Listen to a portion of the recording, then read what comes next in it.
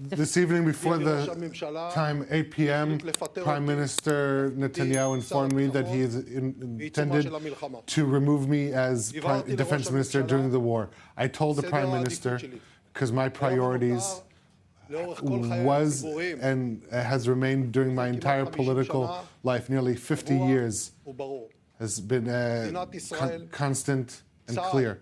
The State of Israel, the IDF, and the defense establishment, and only after that, the rest, including my personal future. The decision to dismiss me comes after a chain of impressive achievements that have never been in the history of Israel. Achievements by the IDF, Shin Bet, Mossad, and entire defense establishment. In Gaza and in Lebanon, the terror in the West Bank, we have eliminated the leaders of terror in the world all around us in the Middle East, and we have acted for the first time ever in a precise, lethal strike and swift strike in Iran, and more. I am proud of the achievements of the defense establishment. I trust the commanders and the soldiers. The security of Israel was and remains my life's mission, and I am committed to that. Since October 7th, I have focused only on one mission: winning the war. Over the past year, I have led the defense establishment in order to achieve that goal for the State of Israel and its citizens through full support, backing of the IDF, Shin Bet, Mossad, and Defense Ministry. This dismissal comes as a result of a dispute on three issues. The first, my firm stance that everyone who is eligible to be drafted to the military must be drafted to the military. They must serve in the IDF and protect the State of Israel. This issue is not only a civilian issue, but it is a crucial issue for our future and the security of the State of Israel and the people who sit in Zion. We have lost in this campaign many hundreds of soldiers, fighters, men and women.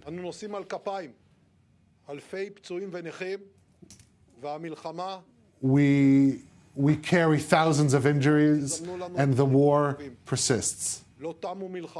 Our wars haven't resolved, and the battle clock continues. We must look forward and directly at the challenges and be prepared. Under these conditions, there is no alternative. Everybody must serve in the IDF to participate together in the mission of defending the State of Israel. We must not allow a policy that exempts tens of thousands of Israelis from participating in the defense of Israel. The second topic, our moral obligation to return our sons and daughters, the hostages held captive by Hamas. We must do so fast as possible while they're still alive. They need to return to their homes and their families. As part of my position and experience and this past year's military achievements, and also looking truthfully at the reality, I say that this is achievable. We can bring back the hostages. It is entailed with compromises, some of them heavy. The State of Israel will know to stand under these concessions, and the IDF will know to support them in terms of security.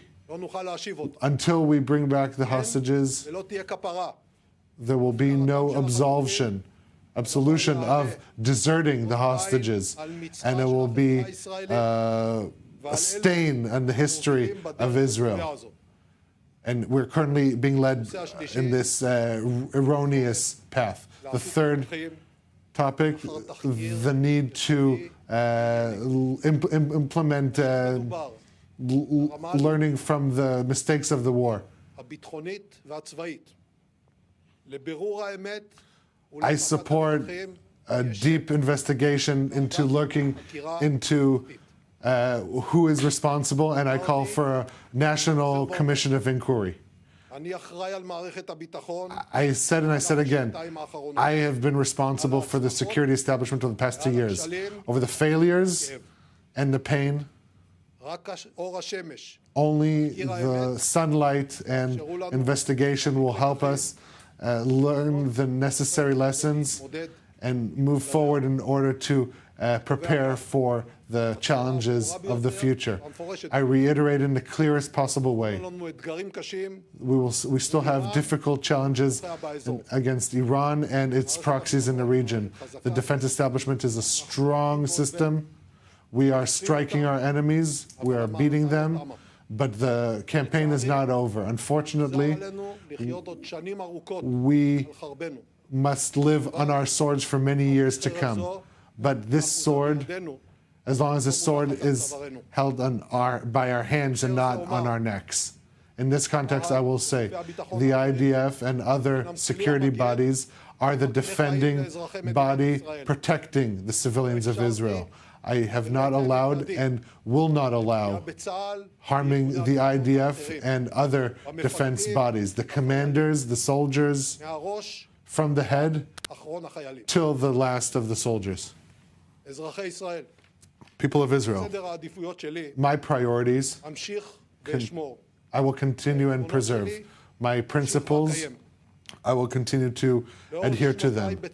In my years in the IDF, many years, during the operations and the trainings, on land, above the water, and beneath the water, I've learned. Because when it is darkest, darkest times you must navigate through a compass. And in our times when the fog of war is big and the darkness surrounds us, I stick to the compass. My hope is that in addition to the people of the defense establishment, which this is their way and has been, also elected officials will choose this way to act. It is right morally, and it is right moving forward. On this moment, I ask to salute the fallen soldiers and their families, the injured, the hostages and their families, and IDF soldiers as they may be. I trust you and I salute you.